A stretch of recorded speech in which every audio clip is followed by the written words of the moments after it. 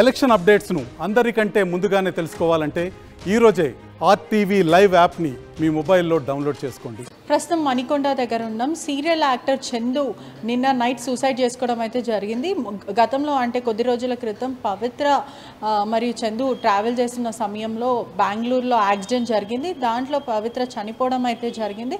పవిత్ర చనిపోయిన 2 రోజులకి చందు ఇన్స్టాగ్రామ్లో పోస్ట్ పెట్టడం అయితే జరిగింది. 2 డేస్లో నేను వచ్చేస్తున్నాను నీ దగ్గరికి, జిమ్ కోచ్ మనకి జిమ్ కోసం రమ్మంటున్నాడు అంటూ సూసైడికల్ థాట్స్తో పోస్ట్ చేయడం అయితే జరిగింది. ప్రస్తుతం అక్కడనే ఉన్నాం. నిన్న నైట్ చున్నీతో హ్యాంగ్ చేసుకున్నాడని అయితే పూర్తిగా అయితే తెలుస్తుంది. ఏదైతే అపార్ట్మెంట్స్లో పవిత్ర అపార్ట్మెంట్స్లో చందు వచ్చి అంటే ఈరోజు పవిత్ర పుట్టినరోజు అయినప్పటికీ కూడా తన జ్ఞాపకాల కోసం ఇంట్లోకి వచ్చి దాని తర్వాత అతను సూసైడ్ చేసుకోవడం అయితే జరిగింది. మొత్తం మీద అయితే చందుకి ఆల్రెడీ పెళ్ళయింది, ఆ విషయం దాచిపెట్టారని చెప్పడం అయితే జరుగుతుంది. కుటుంబ సభ్యులు పెళ్ళైన సుమారుగా 2005 నుంచి ఏదైతే వైఫ్ శిల్ప ఉందో శిల్పకి మరియు చందుకి సుమారుగా 11 years ఆఫ్ రిలేషన్షిప్. ఆ తర్వాత పెద్దల సమక్షంలో వీళ్ళు పెళ్లి చేసుకోవడం జరిగింది.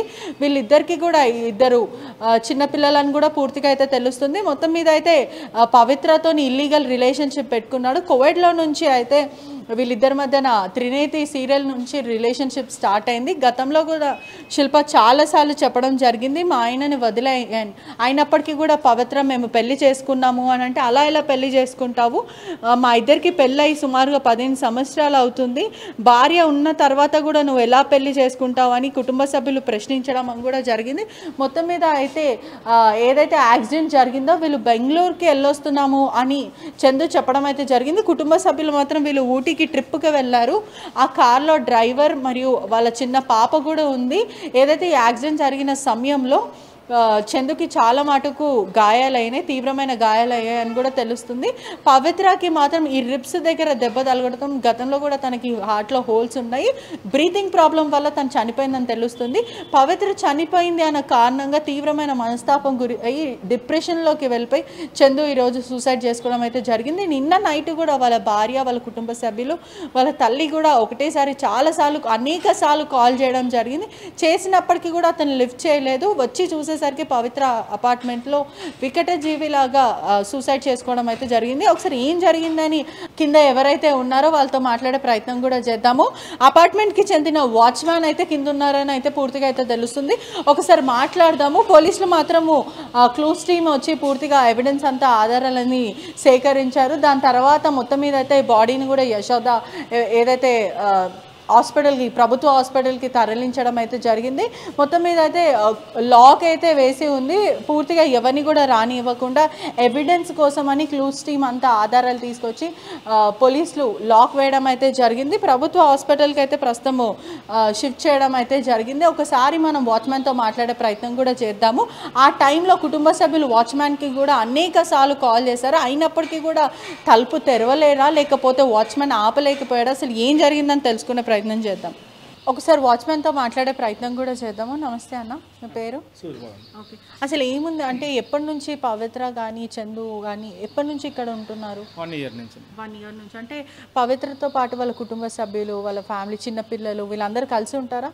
అంటే పవిత్ర గారు వాళ్ళ ఫ్యామిలీ వచ్చేవారు, వాళ్ళ అమ్మగారు నాన్నగారు వచ్చేవారు, పవిత్ర గారు వాళ్ళ అమ్మాయి అబ్బాయి ఉండేవారు, చందు గారు ఉండేవారు. అంటే ఇప్పుడు ఈ సూసైడ్ జరిగినప్పుడు మీకు తెలుసా, అంటే వాళ్ళ కుటుంబ సభ్యులు మీకు కాల్ చేశారా, ఎవరైనా చేశారని చెప్తున్నారు? మాకంటే ఫ్రెండ్స్ వచ్చారన్న, ఈవినింగ్ ఫ్రెండ్స్ వచ్చి అన్న సార్ వచ్చారన్న, సార్ పైన ఉన్నారు అన్నాను. అది పైకి వెళ్తున్నాం అయితే అన్నారు, పైకి వెళ్ళండి అయితే అన్న, డోర్ కొట్టలేదు, డోర్ తీస్తలేదు, సార్ రావా పైకి అన్నారు. పైకి వెళ్ళామండి, పైకి వెళ్ళి డోర్ కొట్టిన కానీ తీస్తలేదు. ఒకసారి మెయిన్ అభ్యర్థనన్నా కరెంట్ పోతే ఒకవేళ ఎక్స్పీరియన్ కావాలంటే చూస్తే తీసిన కానీ తీయలేదు. సరే అన్న, నిద్రలో ఉంటే కరెంటు తీస్తే వస్తారు అని చెప్పి అలా అనుకున్నారు. సరే అన్న పాల్గొట్టేద్దామని అంటే, సరే డస్ట్బిన్స్ ఉండకూడదు కదా, సరే చూద్దాం, ఒక దెబ్బ కొట్టి చూద్దాం, లేదంటే పోలీస్ ఇన్ఫార్మ్ చేద్దామంటే ఒక దెబ్బ కొట్టినప్పుడు వచ్చేసింది. డైరెక్ట్ ఉందని మీరు లోపలికి వెళ్ళకండి, కిందకి వచ్చి మెయిన్ అభ్యర్థినప్పుడు డైరెక్ట్ బాల్కనీలో డైరెక్ట్ కానేస్తున్నాడు ఆయన. బాల్కనీలో చూస్తే డైరెక్ట్ ఊరేసి చచ్చిపోయి, అంటే అప్పటికే ఊరేసుకున్నారు. ఎంతసేపు అయింది అట్లా? మనకి అది తెలియదు ఆ టైం అంటే ఎంతసేపు అని మనకు తెలుస్తాయి. అంటే వీళ్ళిద్దరు ఎలా ఉంటుండే, వీళ్ళిద్దరి మధ్యలో గొడవలు అలా గొడవలు ఎప్పుడు? అంటే వాళ్ళ కుటుంబ సభ్యులు ఆల్రెడీ చందుకి పెళ్ళి అయిపోయింది, ఆ విషయం తెలుసా? మీకు తెలియదు, కానీ వాళ్ళ కుటుంబ సభ్యులు ఎప్పుడైనా చందు వాళ్ళ వైఫ్ ఇక్కడ రావడం అట్లా ఏం లేదు? మీకు ఎంతసేపు వీళ్ళిద్దరు భార్య భర్తలేమో అనుకున్నాను, అంతే, అలానే అనుకున్నాను. అంటే ఇప్పుడు వాళ్ళ కుటుంబ సభ్యులు అంటే ఈ జరిగినప్పుడు పోలీసులు ఎంక్వైరీ కానీ ఎవరైనా రావడం కానీ చేశారా ఇక్కడ? అది ఎంక్వైరీ పోలీసు ఫిర్మా చేసి వచ్చారు. వాళ్ళ ఫ్రెండ్స్ కూడా వాళ్ళ నాన్నగారికి గట్రా ఫోన్ చేశారు. వాళ్ళ నాన్నగారు గట్రా వచ్చారు. ఓకే. అంటే ప్రస్తుతం ఇప్పుడు ఎవరైతే పవిత్ర వాళ్ళ పిల్లలు ఉన్నారో వాళ్ళు వచ్చి చూడడము దాని తర్వాత అలాంటివి ఏదైనా? అదే వాళ్ళు వచ్చి అక్కడ కార్యక్రమం అవ్వకు వస్తామన్నా అని చెప్పారండి అంతే. ఇంకేం చెప్పలేదు. అంటే మీరు అప్పటికే వెళ్ళారు, ప్రయత్నించారు డోర్ కొట్టే ప్రయత్నం, అంటే ఎప్పటి నుంచి ఎప్పటి వరకు ప్రయత్నించారు, ఎప్పుడు చూసారు?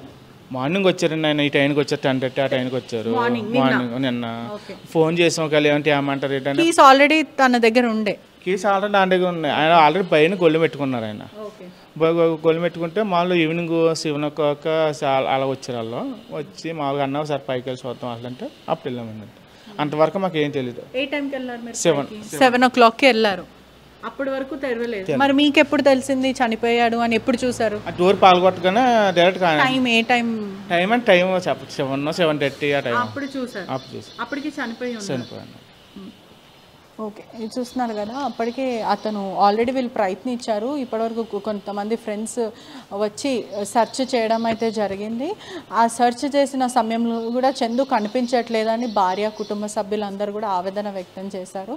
దాని తర్వాత ఒక్కసారి వచ్చి చెక్ చేయి అసలు చందు ఎక్కడున్నారని కొంతమంది కుటుంబ సభ్యులు ఫ్రెండ్స్ని అపార్ట్మెంట్స్కి పంపించడం జరిగింది.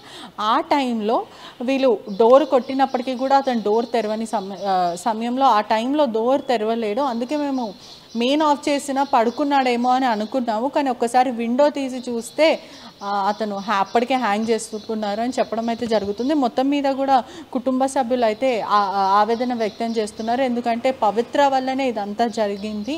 పవిత్ర ఎలాగో చనిపోయింది, కానీ ఇతను చనిపోవాల్సిన అవసరం ఏముంది? ఇద్దరు చిన్నపిల్లలు, భార్య, కట్టుకున్న భార్య కూడా ఉంది. అయినప్పటికీ కూడా ఇల్లీగల్గా ఆమెతో ఉండడం, సహజీవన చేయడం కూడా జరిగింది. దీన్ని తీవ్రంగా మేము ఖండించినప్పటికీ కూడా మా మాట వీళ్ళు లెక్క చేయలేరు. ఆఖరికి ప్రాణాలు తన చేతులతోనే పోగొట్టుకున్నారని కుటుంబ సభ్యులు చెప్పడం అయితే జరుగుతుంది. కెమెరామెన్ జాఫర్తో పెద్ద రిపోర్టింగ్ RTV హైదరాబాద్. మరిన్ని వీడియోస్ కోసం ఛానల్ ని సబ్స్క్రైబ్ చేయండి. లేటెస్ట్ అప్డేట్స్ కోసం వాట్సాప్ ఛానల్ ని ఫాలో చేయండి. అండ్ లింక్ డిస్క్రిప్షన్ లో ఉంది.